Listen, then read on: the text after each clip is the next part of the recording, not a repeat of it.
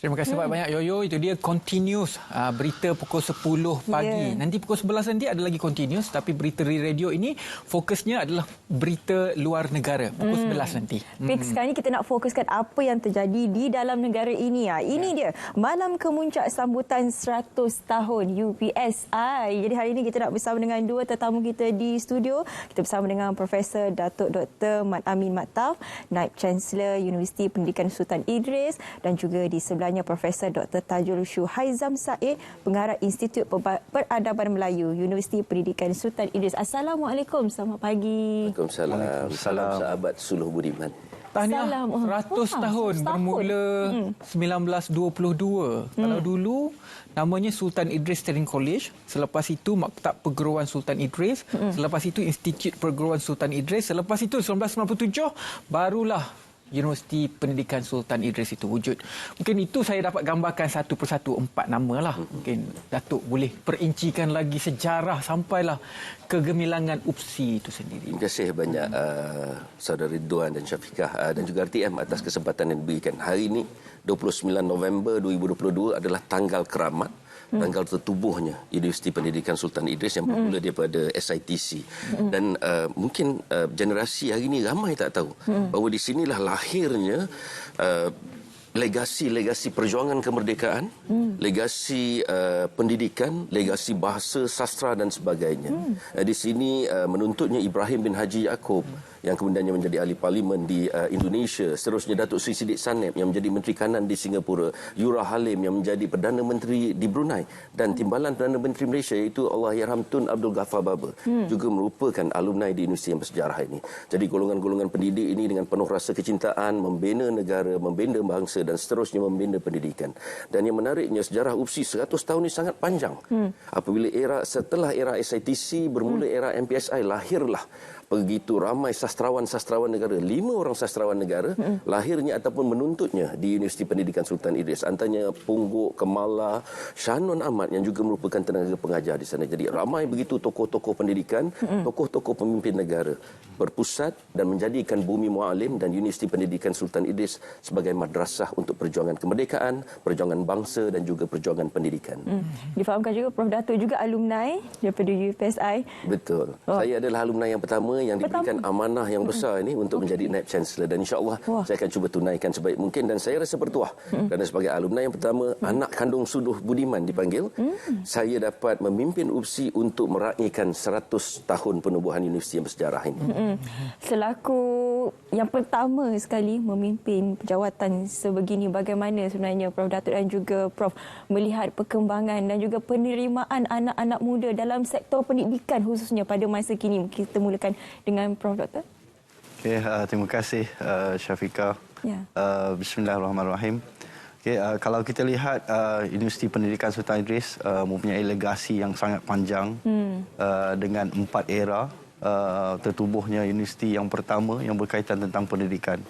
Dan kita dapati pada masa kini pendidikan itu maha penting, sangat-sangat penting. Dan sebagai universiti yang meneraju kita kata amanah negara, memang menjadi tanggungjawab dan seterusnya menjadi sebagai satu tanggungjawab yang besarlah kepada UPSI untuk mendidik belia-belia sekarang ni tentang pendidikan secara informal ataupun secara formal. Itu yang saya boleh ulaskan dulu. Datuk, apakah pencapaian-pencapaian Datuk nak highlightkan dalam mungkin beberapa tahun ini? Pencapaian UPSI. Alhamdulillah, berkat pengorbanan semua warga UPSI, sokongan daripada masyarakat sekitar Mualim termasuk pemimpin-pemimpin dan juga Kementerian Pengajian Tinggi, UPSI kini berada 43 terbaik di Asia Tenggara, 182 terbaik di Asia dan juga 801 terbaik di dunia. Saya rasa ini satu pencapaian yang sangat-sangat gemilang untuk sebuah universiti yang pada asalnya hanya berkeluasan 10 ekar terletak di Bumi Mualim, tapi kini kita berkembang menjadi 1000 ekar dengan 3 kampus. Dan ranking dan serta rating ini menunjukkan bahawa UPSI bukan kaleng-kaleng dan sudah bermain di peringkat antarabangsa. Ini antara pencapaian cemerlang. Selain itu, alumni-alumni kita juga telah dilantik sebagai mufti, sebagai CEO agensi, menjadi Naib Chancellor Universiti Awam dan Swasta, serta pengacara di RTM juga, saudara Andy Reza. Begitu ramai alumni-alumni kita yang berjasa di merata dunia. Okey, menyentuh kembali mengenai sambutan 100 tahun ini, mungkin Prof. Dr. boleh kongsikan apa di antara pengisian sepanjang bicara 100 tahun ini? Okey, kalau boleh saya kongsikan sempena UPSI 100 tahun juga. Kita baru semalam kita telah melangsungkan persidangan rumpun Melayu sedunia, di mana persidangan ini menghimpunkan para cendekiawan, para penggiat di dalam peradaban Melayu dari seluruh pelosok dunia. Yang menariknya, kita dapat kumpulkan anak-anak Melayu di pesada dunia. Kita bawa dia. Ada yang daripada Jerman, ada yang daripada Singapura, dari Thailand, daripada Kamboja juga ada. Ini sebenarnya persidangan ini sebenarnya untuk kita nak ketengahkan bagaimana peradaban Melayu itu dapat menjadi sebagai satu yang signifikan kepada negara. Ianya juga menyentuh tentang pelbagai aspek sebenarnya. Ini antara yang kita gagaskan dalam sambutan 100 tahun juga. Okay, selain daripada apa yang telah pun dimaklumkan oleh Prof. Dr. tadi, apa lagi di antara aktiviti atau program yang dirangka bersempena dengan sambutan 100 tahun ini? Alhamdulillah, sambutan 100 tahun ini di UPSI tahun ini memang agak sibuk. Okey. Bermula daripada 29 November 2021 sampailah 29 November 2022 ni sebanyak 100 aktiviti telah kita anjurkan. Jadi boleh dikatakan kalau diberikan perinciannya tu, satu bulan 10 program kita laksana. Kenapa? Kerana anak-anak muda yang ada di UPSI begitu bersemangat, warganya begitu bersemangat, kerana bukan mudah-mudah untuk kita merasai sambutan 100 tahun dan kita terpilih. So, malam kemuncaknya saya nak terangkan, insya-Allah akan berlangsung pada 1 Disember, akan dihadiri oleh Seri Paduka Baginda Duli Yang Maha Mulia Seri Paduka Baginda Yang di-Pertuan Agong dan Raja Permaisuri, serta Duli Yang Maha Mulia Sultan Perak dan Raja Permaisuri, serta pembesar-pembesar negara dalam satu majlis jamuan makan malam bagi menghargai pengorbanan-pengorbanan pejuang-pejuang serta pendidik-pendidik terdahulu, dan seterusnya menyampaikan amanat dan hala tuju UPSI yang akan datang. Mungkin tertanya kenapa kehadiran Raja-Raja Melayu? UPSI tertubuh daripada kebijaksanaan Raja-Raja Melayu, daripada persidangan Raja-Raja Melayu. 4 orang sultan telah bersetuju untuk menubuhkan Universiti SITC pada ketika itu, iaitu Sultan Perak, Sultan Pahang, Sultan Selangor dan yang di-Pertuan Besar Negeri Sembilan. Jadi begitu dekatnya sinonimnya Raja-Raja Melayu dengan tentang peri pentingnya pendidikan serta hala tuju bangsa. Jadi hala tuju selepas ini bagaimana? InsyaAllah by 2030 UPSI mensasarkan untuk kita muncul sebagai 100 terbaik di dunia dalam bidang pendidikan, dan seterusnya kita sedang menggiatkan aktiviti industri di dalam universiti. Kita akan bekerjasama dengan DRB Highcom, dengan Proton yang betul-betul sebelah jalan jadi UPSI, dengan Pro2 untuk menghasilkan teknologi kenderaan masa hadapan, serta menyediakan peluang pekerjaan bukan saja kepada pelajar-pelajar UPSI tetapi memajukan daerah Mualim dan seterusnya negeri Perak yang kita cintai. Itulah bila bercakap mengenai hubungan rapat dengan industri, itu yang kita perlukan, kerana sekarang ini belia atau anak-anak muda ini selepas habis belajar mereka risau kebolehpasaran mereka itu bagaimana. Jadi untuk UPSI sendiri kita faham dari segi kurikulumnya bagaimana, sebab dalam kita mengharungi era baru IR 4.0 mungkin ada sedikit pengubahsuaian yang dilakukan untuk kita tidak terlari daripada pembangunan sekarang ini. Thank you Syafiqah. Betul, dalam kurikulum adalah sangat-sangat penting, kerana kurikulum adalah acuan kepada apa yang kita ingin hasilkan. Dah tentunya rombakan besar-besaran sedang dan telah dilaksanakan dalam memastikan aplikasi teknologi dalam kehidupan.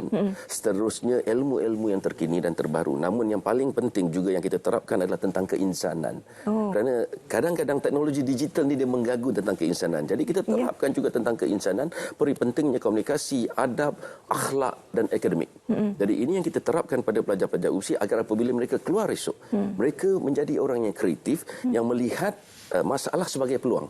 Kerana dalam dunia terlalu ramai sangat dah orang lihat masalah sebagai masalah, dan menjadi katalis perubahan dan pemimpin masyarakat. InsyaAllah sama-sama doakan satu perjalanan yang panjang, mencabar namun insya-Allah boleh direalisasikan. Prof sendiri bagaimana melihat peradaban Melayu ini merupakan satu entiti yang perlu untuk kita melengkapkan apa sahaja ada tuju oleh UPSI ini, terutamanya apabila kita bergerak ke dalam dunia yang lebih maju ini, pengaruh barat itu memang cukup mendalam kepada kita, peradaban Melayu tetap kena ada. Bagaimana? Betul. Ridwan, kalau ikutkan pandangan saya, Universiti Pendidikan Sultan Idris menubuhkan Institut Peradaban Melayu ni ada asas dan objektifnya. Yang pertama sekali adalah untuk mengenengahkan kemahiran ataupun falsafah yang berkaitan tentang budaya dan Melayu itu sendiri. Kalau kita lihat budaya Melayu ni, dia ada yang tersurat dan tersirat. Di sebalik itu, inilah tugas Universiti Pendidikan Sultan Idris sebenarnya, kita menyelitkan ataupun kita menambah baik sebenarnya graduan-graduan kita dan juga masyarakat di sekeliling muallim sendiri dan kalau boleh di seluruh negara untuk kita terapkan tentang falsafah kebudayaan Melayu itu. Bagaimana adabnya, bagaimana akhlaknya. Kerana adab Melayu ini adalah merupakan peradaban yang sangat tinggi. Kalau kita lihat sejarah dahulu juga, bagaimana kita ini sangat dikenali, di Nusantara dan seantara dunia lah. Cakap mengenai adab itu, kita berbalik kepada komunikasi, sebab sebagai seorang pendidik ini tidak cukup hanya semata-mata teori. Betul. Tapi juga cara penyampaian. Takut nanti komunikasi itu tidak berkesan. Betul. Jadi macam di UPSI sendiri, bagaimana melihat soft skill ini sangat diperlukan dalam pasaran dan juga ia perlu dipraktikkan daripada awal. Betul. Terima kasih. Soft skill datang dari jiwa. Keinsanan datang dari jiwa. Jadi inilah yang insya-Allah kita akan cuba pupuk dan kita bentuk. Dan melalui program yang kita panggil sekarang ini Bina Insan. Pelajar-pelajar usia akan mengikuti some sort like kursus di alam terbuka, di outdoor bersama masyarakat selama 4 hari 3 malam untuk belajar mengenali masyarakat, belajar mengenali kehidupan, belajar bercampur gaul bersama rakan-rakan. Kerana dunia hari ini oleh kerana IR 4.0 bukan salah, tak salah, tetapi kita yang salah gunakan. We are very personalized. Kita hanya dengan gadget kita tak bercakap lagi even dengan keluarga kadang-kadang. Kalau dulu kita duduk makan semeja, sekarang kita duduk makan semeja pun ada handphone. Kan kalau kita perhatikan, ataupun anak-anak duduk berkurung dalam bilik, chit-chat dengan kawan-kawan. Terasa. Generasi milenial kan. Ini kan pula generasi alpha dan kemudian akan datang generasi beta. Jadi ini yang cuba kita terapkan melalui penjiwaan, melalui keinsanan, dan saya percaya bahawa ini salah satu yang sedang dibangunkan oleh Pusat Pedagogi di UPSI adalah tentang satu kurikulum pendidikan keinsanan yang tidak mengenepikan IR 4.0, dunia digital maupun segalanya. Dan insya-Allah nanti di Pusat Pendidikan Awal Kanak-kanak kita ada pendidikan awal kanak-kanak untuk anak-anak taskar daripada umur 3 tahun hingga ke 6 tahun. Kita akan perkenalkan juga mereka menggunakan teknologi digital namun dengan cara yang sihat, selamat dan berpaksikan pendidikan. Sekarang ni dia orang cuma main je kat rumah, tengok game, tengok tu. So akan diajar tentang safe search, akan diajar di manakah white page dan sebagainya, supaya mereka boleh menggunakan teknologi dengan kaedah yang betul. Saya tidak berkata bahawa teknologi memesongkan kita, tetapi kita yang menggunakan teknologi untuk memesongkan kita. Insya-Allah, doakan. Jadi banyak perkara sebenarnya hala tuju UPSI pada masa akan datang. Cuma UPSI ni kita sangat sinonim dengan satu institusi yang melahirkan guru. Betul. Tapi saya faham di UPSI bukan sahaja guru yang dilahirkan, banyak lagi pakar-pakar lain yang dilahirkan. Contohnya, mungkin Datuk boleh cerakinkan lagi. Selain daripada guru. Trending dah cerakin dah sekarang. Dah lama sebenarnya digunakan. Okey, sebenarnya di UPSI memang betul. Tak salah sinonim dengan guru. Kerana guru ni satu tugas yang sangat mulia. Hingga ke liang lahat kita akan bawa gelaran tu. Betul. Kan? Hingga ke liang lahat kita akan bawa gelaran guru tu. Sebenarnya UPSI melahirkan pendidik, majoritinya. Pendidik ni bukan hanya mengajar di sekolah. Mereka boleh pergi ke kolej swasta, ke universiti, menjadi pengajar di politeknik, institut-institut latihan dan sebagainya. Namun berfokuskan kepada pendidikan. Ramai juga pelajar-pelajar kita yang menjadi profesional, tenaga pengajar profesional di Singapura, di Brunei, especially dalam bidang muzik dan juga bahasa. Kita begitu kuat dalam bidang muzik dan bahasa. Salah seorangnya Sajrin Sahrum yang viral sekejap itu lagi. Itu salah seorang artis kita. Begitu juga dengan Fakulti Seni Komputeran dan Industri Kreatif. Kebanyakan pelajar-pelajar kita ni berkhidmat di Cyberjaya dalam bidang IR 4.0, animasi dan sebagainya. Ada juga yang menjadi seniman, ada juga yang menjadi